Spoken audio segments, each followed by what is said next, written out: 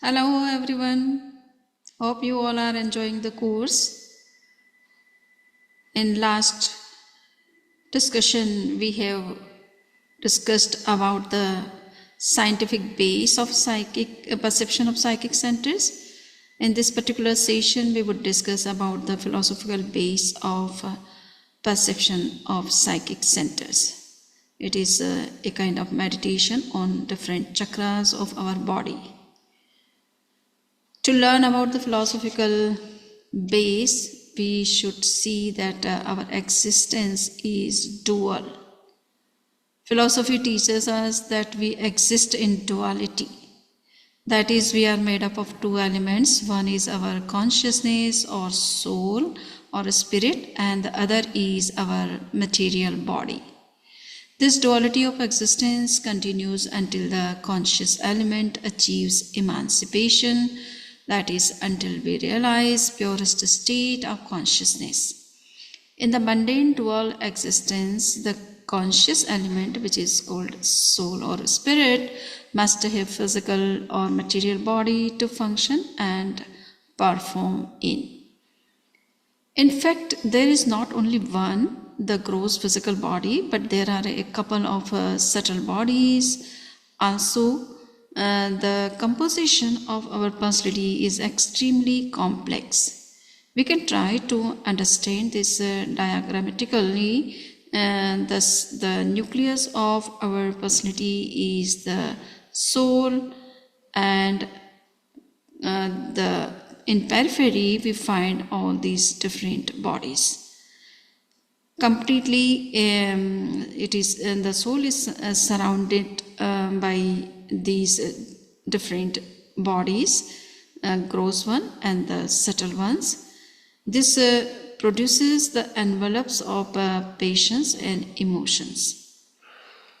Radiations from the nucleus have to emerge out through this envelope to manifest the conscious activity. This manifestation of the activity is called the conscious field, or you can say the field of primal drives or forces.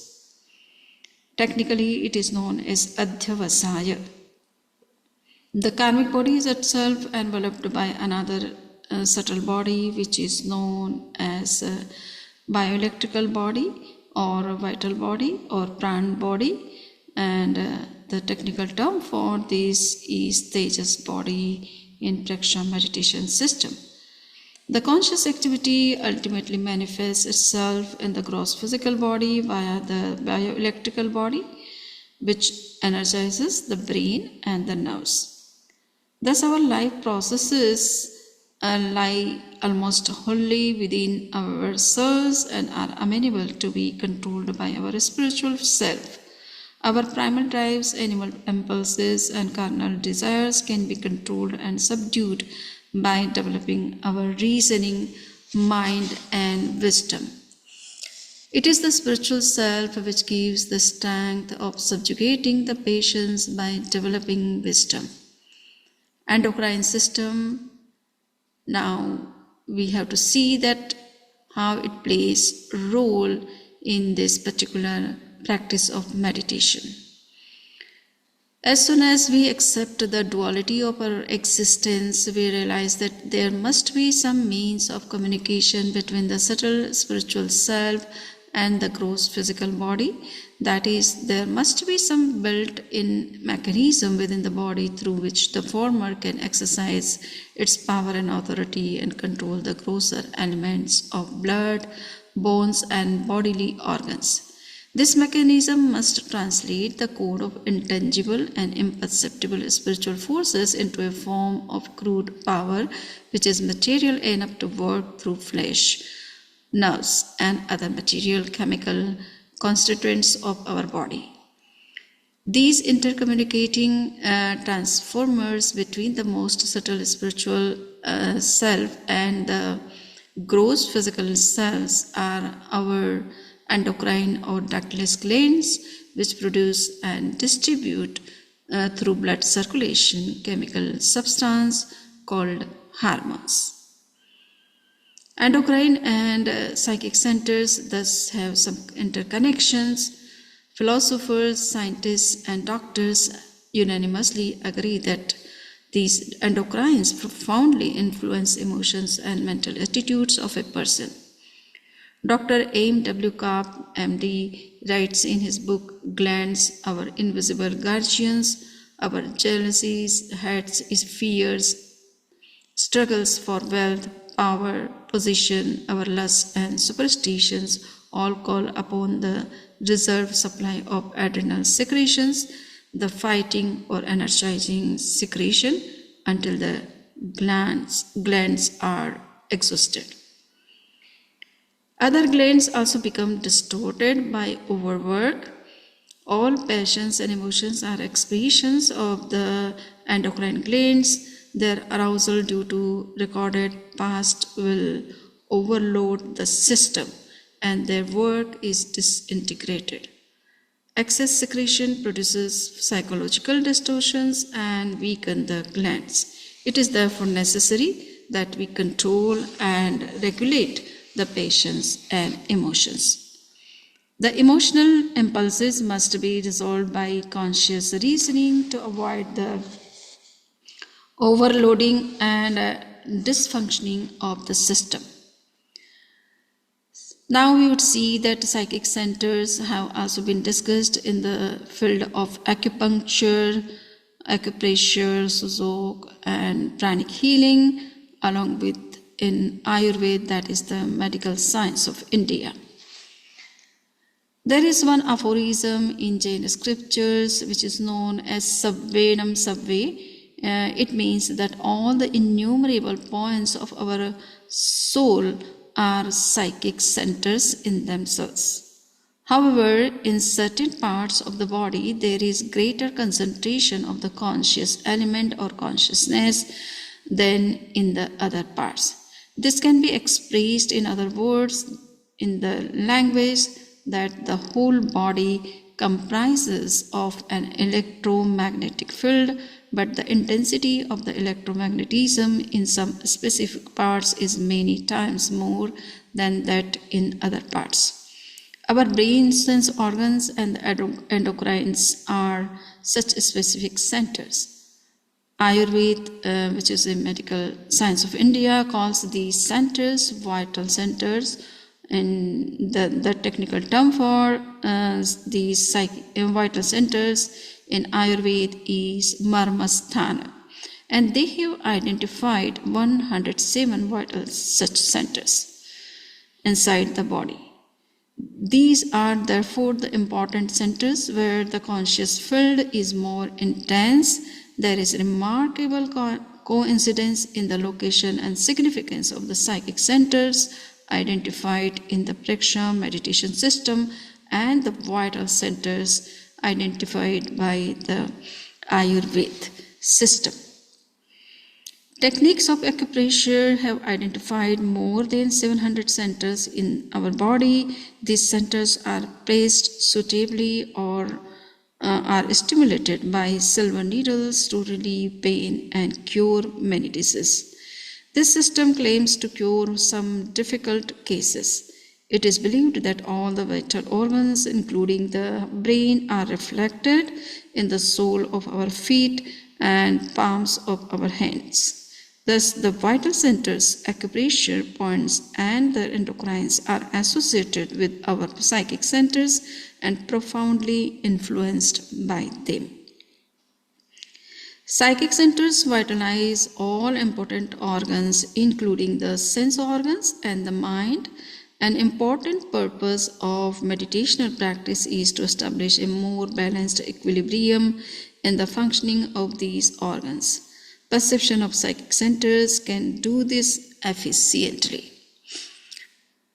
Now we would see that a center of wisdom and center of sex both are working inside the body, and what is their limitations in particular part of their body, of the body. So the physical body can be divided into two divergent fields, and psychic activities. The portion above the navel up to the top of the head is the field of wisdom, and that below the navel is the field of passions and sex. The conscious action is concentrated sometimes in one field and sometimes in the other. The flow of vital energy generally follows the conscious action. The field of passion is the main source of creative energy or libido, you can say, and the sexual desire, and the conscious action of man is normally more concentrated in this field than in the field of wisdom. This is because the sexual desires are a kind of a primal drive, and the average man today is constantly subjected to tremendous sexual excitement. Thus, most of the time, the conscious action is concentrated in the nether field. According to the psychologists, sexual desires or urges are the most powerful and the most persistent of all instincts in men. The stress of other instincts is much less frequent, at times fear, sometimes anger, occasionally jealousy and haughtiness, and so on, but he is never entirely free from the stress of sexual excitement, and the resultant tensions are very deep rooted.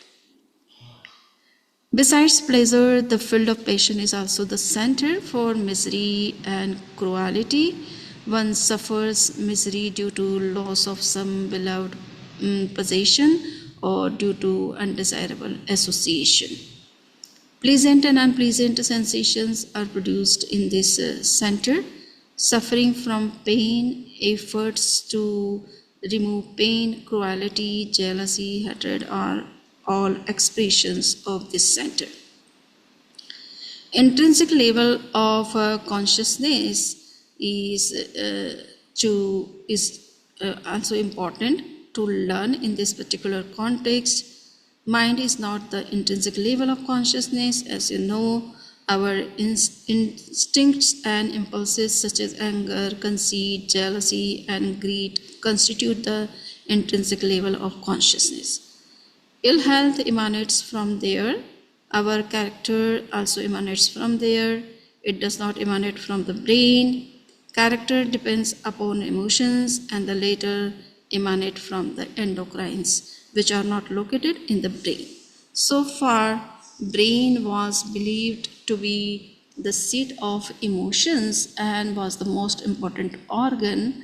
Similarly, heart and kidneys were also believed to be vitally important organs. But recent advancement and research has proved that the most important organs of our body are ductless glands, which are endocrines. Endocrine secretion does not flow out from a duct. It is distributed and reaches the target through the bloodstream. Impulses, urges, and evil behavior are all expressions of the endocrines. The vitiated and distorted tendencies of men cannot be purified unless one modifies and transmutes the endocrine production. Goodness of character and honesty cannot be achieved, and psychological distortions cannot be eradicated without influencing the endocrine system. The tool for achieving inner harmony is transmutation of hormone secretion and not preaching. This fact has been proved by experience and applies to 95% of people. Only a very few who have developed a higher level of consciousness could be exception to the rule that to establish and enhance moral values, transmutation of the endocrine output is essential. Interaction of feeling and behavior is also important to know in this context. Instincts not only generate feelings but also command appropriate action to satisfy the need. This is true for all animals, including men. The most basic feelings, primal drives, are the unlearned instincts such as hunger, sex, anger, fear, and aggression.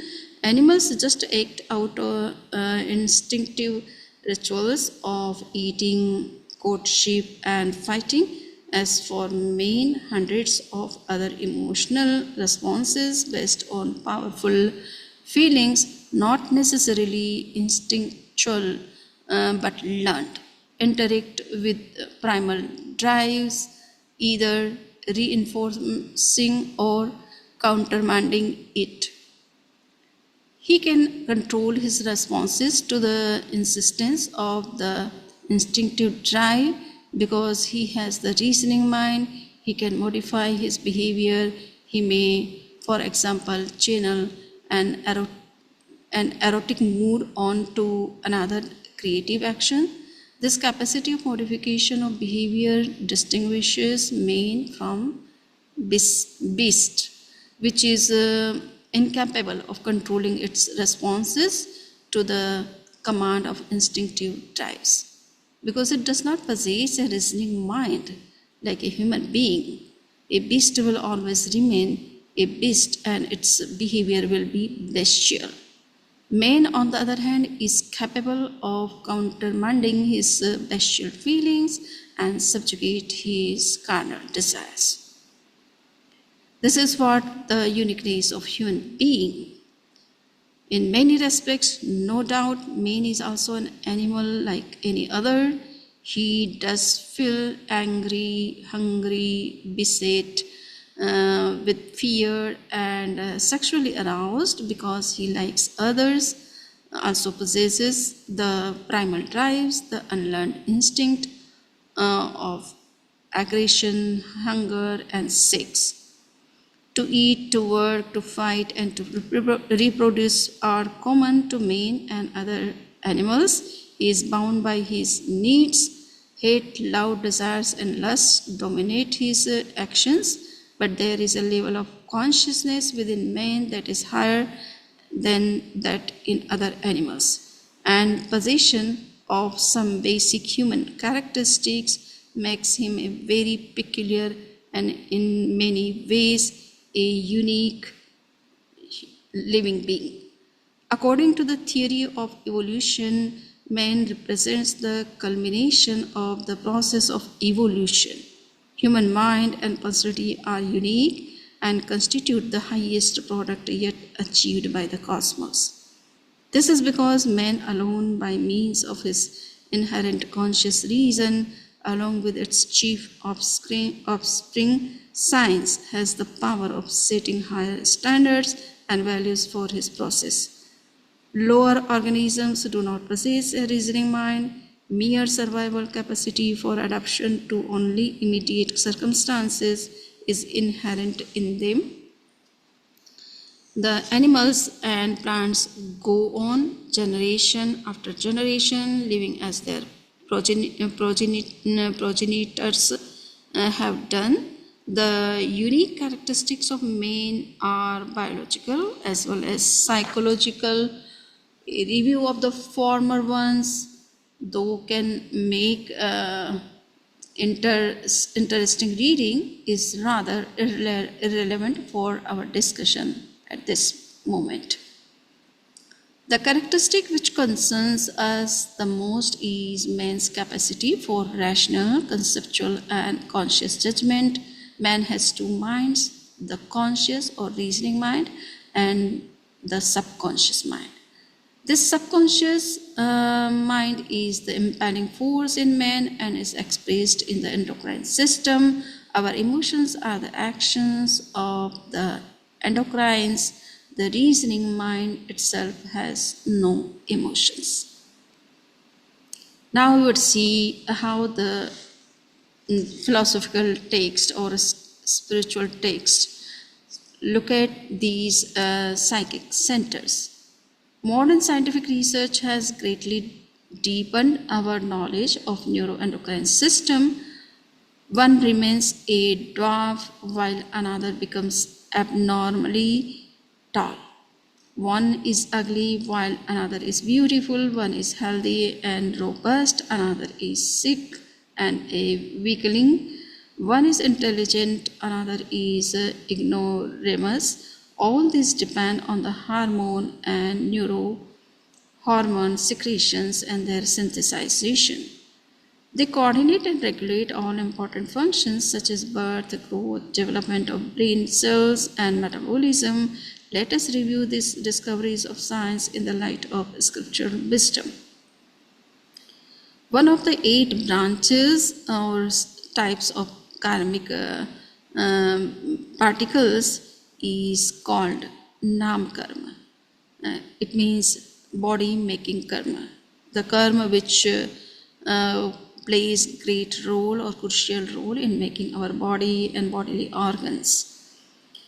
It governs many important functions of the gross body by its various sub-branches. One is dwarf or tall, according to the dictates of particular karma which is related to the body structure. Similarly, beauty and ugliness, popularity and unpopularity, and many other qualities are governed by various departments of this particular karma.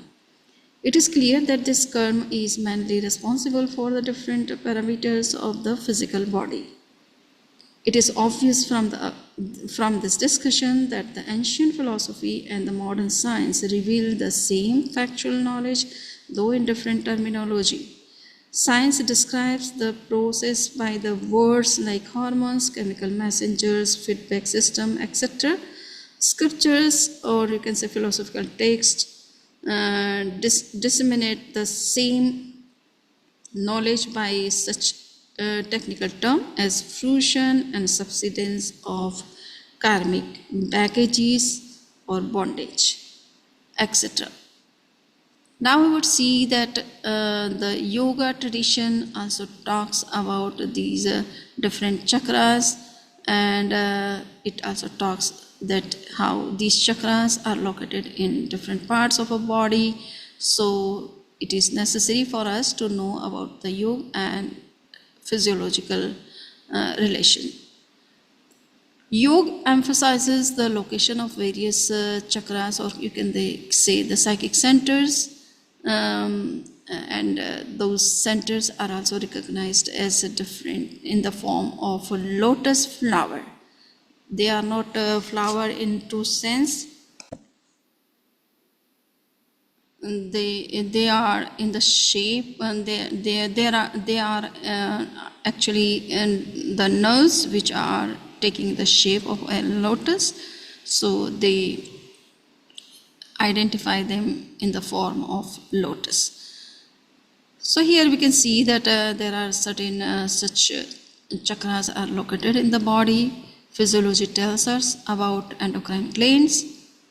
Surgeons may declare that we have dissected the whole body into minute bits, but we have not seen any such kind of chakras or lotus or psychic centers anywhere within the body. Conventional surgical operations can never discover the existence of chakra, etc. Let us ignore the existence of a navel lotus or any such kind of lotus. Let us not argue whether the chakras are existing in our body or not, but we cannot negate the existence of pineal, pituitary, thyroid, etc. if we are prepared to ignore the myths, legends, and superstitions, and if only we can adopt a comparative attitude, it can be seen that there is no real or significant divergence between yoga and physiology. In the past, we have been taught almost exclusively by exhortations. We can now be taught by facts proved by science. We can safely assume that philosophy and science can together pave the way for higher wisdom for the benefit of the mankind. All that is necessary is that the ancient terminology and their interpretations be expanded, modified, and restated in terms that encompass newly discovered aspects by science. So now we have discussed about the philosophical base of this particular technique of meditation, which is known as perception of psychic centers. In the following discussions, we shall discuss the function of psychic centers, the benefits which can be derived by the perception of these centers, and the techniques for such an exercise. So with this, I would like to conclude this my talk, especially in this particular session. And now it is open for question and answers. After that, we would practice meditation.